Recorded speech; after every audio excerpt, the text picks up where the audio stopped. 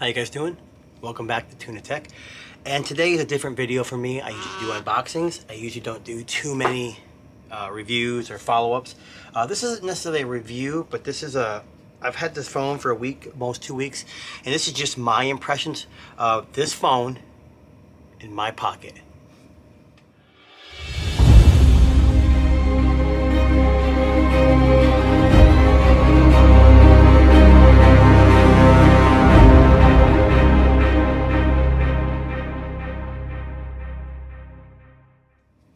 Alright guys, so I've already got a video on this that kind of goes over most of the specs. This is the Xiaomi 12S Ultra. This is the Xiaomi's flagship phone. This is the Chinese variant, and as far as I know, this is the only variant they're going to have. So if you had any inclination of buying a Chinese version and flashing it with a global ROM, there is no global ROM at this time, nor is there a global version of this phone. Before I get into it, I've owned this phone, like I said, for 2 weeks, and I've used it on Red Pocket Mobile, which is an MVNO that uses AT&T towers, as well as Boost, which is also AT&T towers. So I've not used it on T-Mobile, and I'm 75% sure a Verizon SIM probably wouldn't work too well on this either. But before I go any further, the question of this video is, should you buy this? If you live in China or an area where this phone is being sold, 100% without a doubt, yes, it's a fantastic phone. If you live anywhere where the phone is not sold, where I'm at in the US, it's a complicated answer because there is a code, and I will put it on the screen here. So when you put your SIM card in, a lot of the issues with VoLTE or Wi-Fi calling will not work. But with some Xiaomi phones, there is a code you can type in the dialer to unlock that, and that'll work. I have done that with this phone, and it has worked fine. I've gotten 5G reservice on AT&T through Red Pocket and Boost. I don't know if you put an straight AT&T SIM card in here, it'll work, or a T-Mobile. Entering this into, I want to say Metro by T-Mobile, the IMEI, it said it was not compatible, and with Metro you actually have to switch the phone by using IMEI. You can't just put your SIM in it, it will not work. So with that being said, with my experience with my MVNOs, it did work. So now that that's out of the way, we've already went over most of the specs in my last video, so the first thing I'm going to do here is grab the phone. So as you can see, I've been using the phone, and I'm going to put it here in airplane mode so we don't have any issues with anybody calling or anything. But the phone itself is interesting. So this is not the global version because there isn't one. So there are some interesting things you need to be aware of before you buy the phone. So out of the box, this phone does not come with Google Play services. The version I bought from a fellow YouTuber had it pre-installed. A lot of the Chinese resellers will install it for you, but there's still some quirks. So off the bat, the screen is fantastic. It's quick. Now this has the Snapdragon 8 Gen 1 Plus or Plus 1 Gen, whatever it is, the newest chip that Qualcomm makes. The battery life is fantastic. Performance is fantastic, and something about just the way you go through things and click on things just open up so quick. I don't understand how it works, but it does. It is a fantastic screen, although if you're not a fan of curved screens, it does curve on the corners a little bit. But for me, I don't mind curved screens. There's a lot of backlash on it. It's not a huge deal breaker for me. But the screen is fantastic. The colors are fairly accurate, and it's got some it's got an in-screen fingerprint reader, and you can see it's got some of this live wallpaper stuff, and the fingerprint scanner is usually pretty accurate. I mean, I just held it at a different angle. It's also got face unlock, which is pretty accurate, but again, it's not your Apple-esque, scanning. It's just basically looking at your face. So the basics are good. So another caveat to having a Chinese phone is Google Play services are installed, like I said, by default.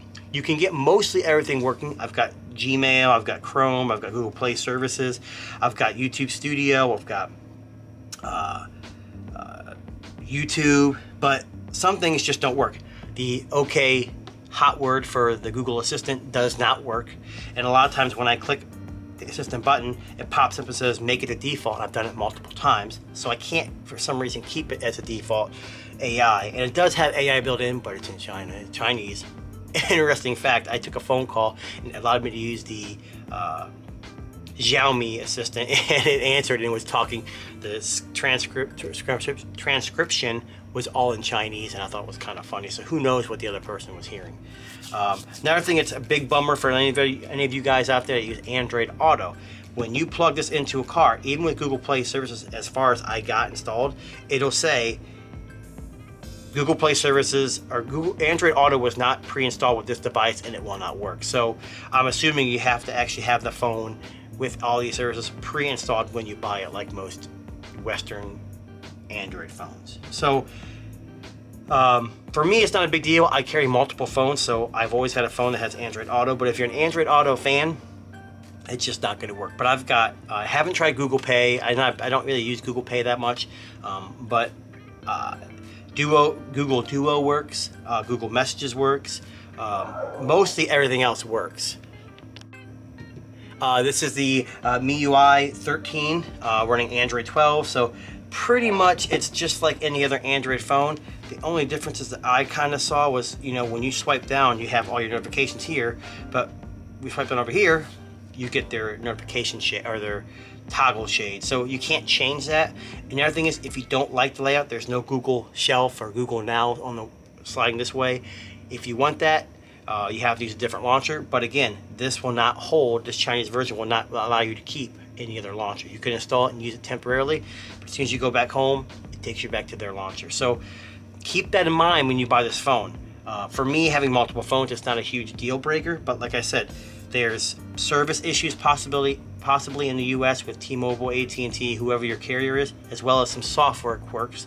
There is some Chinese branded software in here, but for most of the part, you can go to settings and disable most of those things that you don't use or don't need. So the basic screen is great. I've got the cheap plastic case that came with the phone, and it's been fine. The feel in the hand is really, really good. With the case off, you got this faux leather back, and it seems to grip pretty well. It doesn't show fingerprints. I like the feel. One thing I didn't like is the camera bump obviously is ultra large, no pun intended. So when you're holding it, in landscape mode, your hand is on the camera bump, and sometimes, and most of the time now when I look at it, as you can see now, I got some fingerprints on the lenses. I've got to go through and wipe it down just to make sure my camera is working properly and I can get a quality picture. So if you like to watch content and play games in this way, vertically or horizontally, I should say, you will have issues with touching the screen. So far, none of these issues are a big deal breaker. It does have the USB charging, and it charges fairly quick. Most of my chargers, and the sound quality from the speaker on the bottom and the speaker on the top is fairly good. I wouldn't say it's top notch like an iPhone 13 Max or a Samsung S22 Ultra, and even some of the other Xiaomi phones. There was a phone, don't kill me on this, but I want to say it's the F4 or the X4 GT. It was their flagship gaming phone. It had the Snapdragon 8 Gen 1. It had a 4-speaker system that was fantastic. Now, that thing wasn't as packed with camera tech as this phone, so each phone has its features that it may need or may not need. But this phone, the sound quality is decent. It's stereo. It's on the top and bottom. It works well. The biggest selling point for this, and most people will agree, is the camera on the back. I've been using it a lot. If I get a chance, I'll try to take some and put it in the video here after we're done here. Just put some pictures I've taken. The main camera is fantastic, as it should be. It's a large sensor. I know there's some videos out there saying it's not a true 1-inch. Doesn't matter. It's a big sensor, and it does fairly well. It's got the natural bokeh fall off, all that stuff you've heard from other YouTubers, but it's really good, and the software processing is pretty fantastic. It does have Leica Vibrant and Leica Natural, which is kind of strange, and sometimes I catch myself taking the picture twice, just seeing the differences, and it does have a little bit of difference. The zoom is pretty good, and the ultra wide is pretty good, but the main selling point is the main camera, which is actually on the side, not in the middle. This is a periscope down here, and I've used the zoom for about 5x is what the standard is there. And so when you click on it, you have your ultra wide, which is 0.5, then you have 1, which is standard, and then 5, which is your zoom. And that's about as far as I go. I don't actually usually don't crop in digitally, or you know what I'm saying. The Samsung S22 Ultra has by far the best zoom of any phone I've ever used. So to wrap this up and make it as quick as possible, I know I'm kind of droning on and my hands are moving. I know some of you guys don't like all this stuff.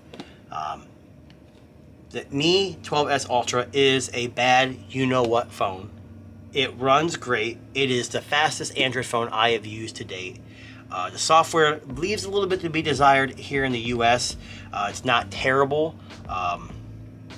Everything for me works, and the things that I can't work, like Android Auto or Google Assistant, I've got so many Google Assistants in my house and so many phones that it's an issue. It's not an issue for me to maneuver around that.